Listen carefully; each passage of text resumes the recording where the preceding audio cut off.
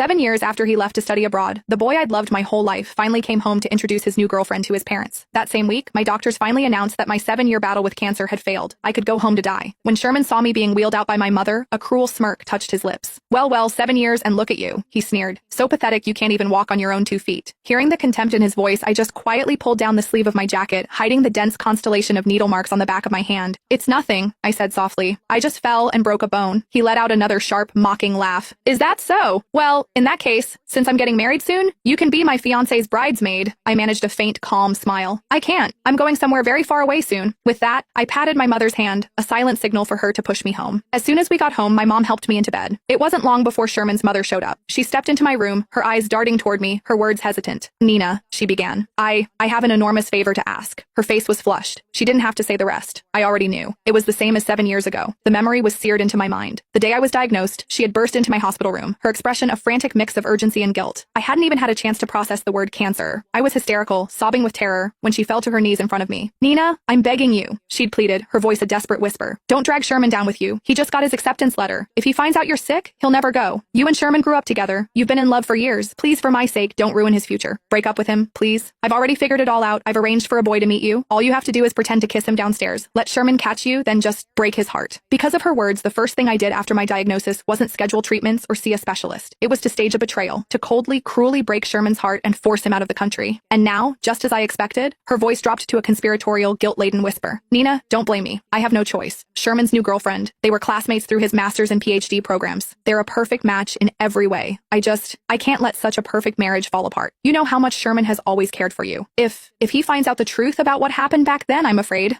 he'll... So, could you please just avoid him for a little while? I mean, you're dying, aren't you? It's not like you should be going out much anyway. The word dying hung in the air. My mother, who had been quietly organizing my medical supplies, slammed a package of adult diapers onto the bed in a flash of fury. Seeing the rage in her eyes, I quickly grabbed her arm, my touch a weak, placating gesture. Only then did I turn back to Sherman's mother, my voice steady. I can promise you I won't tell Sherman the truth about what happened 7 years ago, I said, but I can't promise I won't see him. I couldn't. For 7 brutal years, there wasn't a single moment I didn't think of him. When the chemo became unbearable, I would clutch the old photo of us, his arm slung around my shoulder, and somehow find the strength to endure. I went through dozens of surgeries. More than once, I was rushed to the ICU and I almost didn't wake up. It was my mother's voice that pulled me back. She would stand by my bedside, screaming until her voice was raw. Nina, don't you remember? You promised you would live. You promised you would go find him and clear up the misunderstanding yourself. You said that when you got better, I would take you to him. If you die, you will never see Sherman again. Her desperate cries, always with his name, were the lifeline that dragged me back from the edge, time and time again. But in the end, I still lost the fight. And Sherman, he had a new life now, a new girlfriend, a new future. Still, in the little time I had left, couldn't I just be near him for a while? That's why, when the doctor told me leaving the hospital was a death sentence, I pushed myself out of bed anyway. I had to. I knew he was home. I thought that would be the end of it. But after sending Sherman's mother away, I drifted into an exhausted sleep. When I woke up, I heard his voice coming from the living room. I was surprised. 7 years ago, his hatred for me was a physical thing. He had stood outside my door for 3 days and 3 nights, waiting for a chance to grab me by the throat and demand to know why I'd betrayed him. When I'd finally sobbed that I just didn't love him anymore, he'd shattered the hallway window with a single bloody punch. He hadn't laid a hand on me, but his disgust was a wall between us. If he saw me in the hallway, he would turn and walk the other way. He stopped going to the little corner store we used to love. The mere mention of my name would make him scowl. Why are you talking about Nina? The name makes me sick. The day he left for the airport, I ran through a downpour just to see him one last time. He saw me, and a bitter sneer crossed his face. He took off the matching ring we'd bought together, pulled out his phone, the one filled with all our photos, and smashed them both on the ground at my feet. Then he walked away without a backward glance. And yet, here he was, in my house. Peeking through the crack in my bedroom door, I understood. He was holding his fiancé's hand. Mom, he was saying to my mother, is it because of what happened 7 years ago? Is that why you won't let Nina help me pick out a wedding planner or rings? It's okay. I'm over her. We grew up together after all. If we can't be lovers, we can at least be friends. His fiancée Sophie chimed in, her voice sweet. It's true. Sherman told me all about what happened with Nina. I know she cheated, but they were young. It takes 2 to tango. I'm sure Sherman wasn't perfect either. She smiled brightly. Besides, I should thank her. If she hadn't given up on Sherman, I never would have met such a wonderful man. So really, there's no need to dwell on the past. And it was my idea to ask for her help. We've been out of the country for so long, we don't know anything about the vendors here. And, well, letting our parents decide everything, their taste is a little dated. 7 years ago, my greatest wish was for Sherman to forget me, to move on. But now, hearing him talk about it all so calmly, hearing that he had told his new girlfriend everything, 1,000 tiny needles pricked at my heart. My mother, however, was not so composed. Hearing Sophie's passive-aggressive digs, her face flushed with a deep, furious red. Her lips trembled. You're just as shameless as your mother, she finally roared at Sherman. My heart seized. I pushed myself up. Mom! I called out, my voice weak. Come in here, help me into my wheelchair. I'll talk to him myself. My mother came in, her expression still stormy, but when she saw me sitting up, the fight seemed to drain out of her. I reached out and hugged her. Please, Mom, I whispered. Just let me have this. It's my last wish. Her eyes welled with tears, but she, who had always indulged me, went to my vanity. She brought back my lipstick, my wig, and helped me into my jacket. The moment she wheeled me out, Sherman's brow furrowed. What is wrong with you? He said, his voice sharp. You were always so dramatic as a kid, and you're even worse now. It's just a broken leg. Your mom is not young. Do you have to make her wait on you hand and foot? The disgust on his face was plain to see. I just smiled faintly. The doctor said it's a bad break. I'm not supposed to put any weight on it for a while. Sophie stepped forward. Don't mind Sherman, she said with a dismissive wave. He's just used to being blunt from his time abroad. He's like this with everyone, except me. Another pang of bitterness shot through me. It was true. He was always gruff. But with me, he used to be. I pushed the thought away and looked at Sophie. Are you sure you want my help? Of course,